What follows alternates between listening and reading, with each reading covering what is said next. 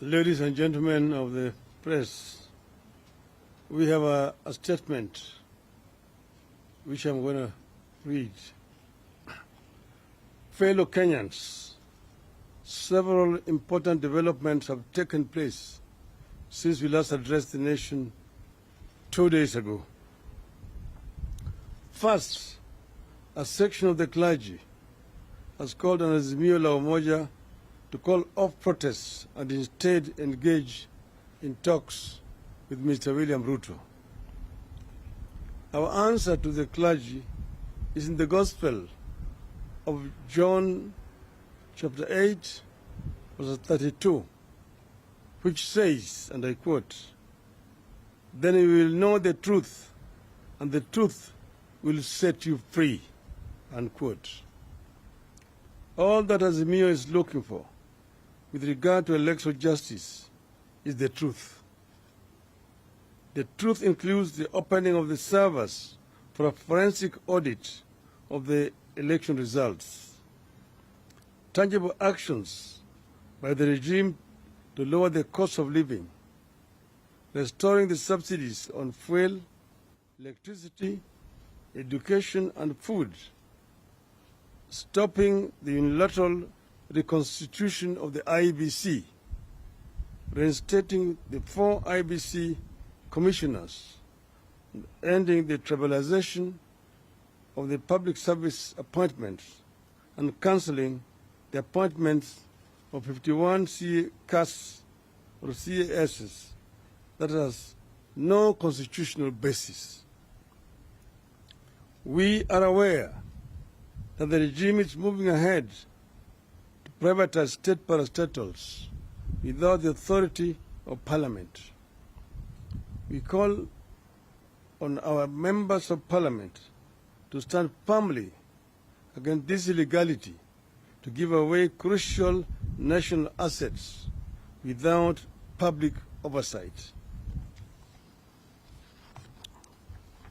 Secondly, Mr. Ezra Chiloba, the Executive Director of the Communications Authority of Kenya, CAC, issued an illegal and unconstitutional order censoring the media and threatening sanctions for their truthful reporting of our demonstrations.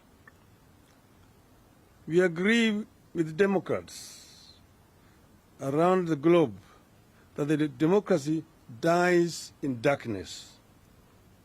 With this action, Mr. Ruto is opening the full dictator's playbook to kill Kenya's democracy.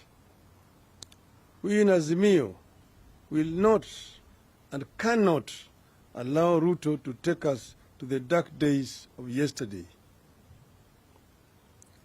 Thirdly, Kenya Kwanza has continued to claim that all we are looking for is a handshake.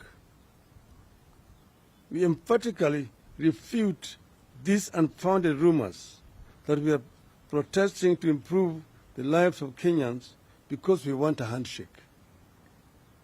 This is an insult to the intelligence of Kenyans. We cannot and we will not participate in handshake with an illegitimate regime. We condemn in the strongest terms possible the illegal arrest of minority leaders, Honorable Pierre Wandai and Honorable Justice Stewart Mazayo, alongside fellow MPs, MCAs, and activists who have been charged before a ATPU court in Kahawa law courts with false allegations. This is anti-terrorism court. These patriotic Kenyans who have been arrested have done nothing wrong. We demand that the charges be dropped unconditionally with immediate effect. Further, following consultations with stakeholders, have agreed to call off our boycott of the Star newspaper. Instead, we have filed a complaint with the Media Council of Kenya on the paper's biases. Finally, we call upon all patriotic Kenyans to come out in large numbers on Monday, 27th March 2023 in Nairobi for the mother of all demonstrations, and to do so peacefully. Dated this 23rd day of March 2023. Great. Now, having done that, I want to add that we have very authentic information that on Tuesday evening, the Mr. Rigathi Gachagua convened a meeting at his residence in Karen. In attendance was Mr.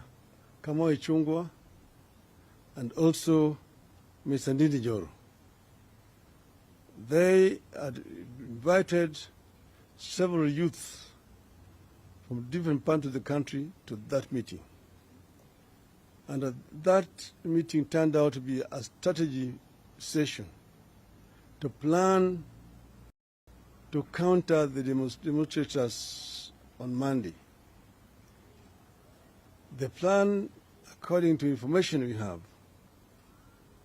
is that these youth are going to be given uniforms similar to those of the MDD. They're going to be carrying not only stones, not knives, and pangas, which will be disguised, but they will also be having weapons, guns. And then they will shoot, they will stone, they will knife, and the aim is to kill over 1,000 people. And then they're going to now make a case that there's a bloodbath and try to send those who are leaders of Azimio to ICC. We want to condemn in the strongest terms possible this kind of nefarious criminal plans by these people to try to cause mayhem and bloodshed in our country. We have said ourselves that we are a peaceful movement. We don't want any bloodshed. And we want to urge Mr. Gachagua and his people that the plans you are trying to make are evil and they will fail. We are peaceful people and we want only peace.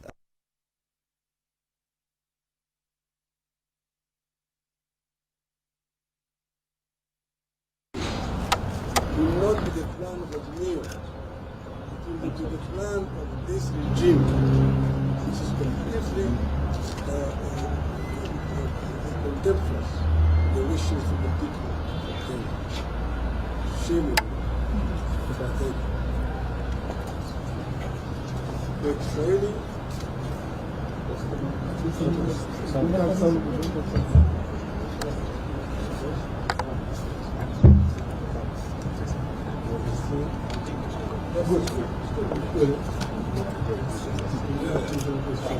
no questions, Prime Minister?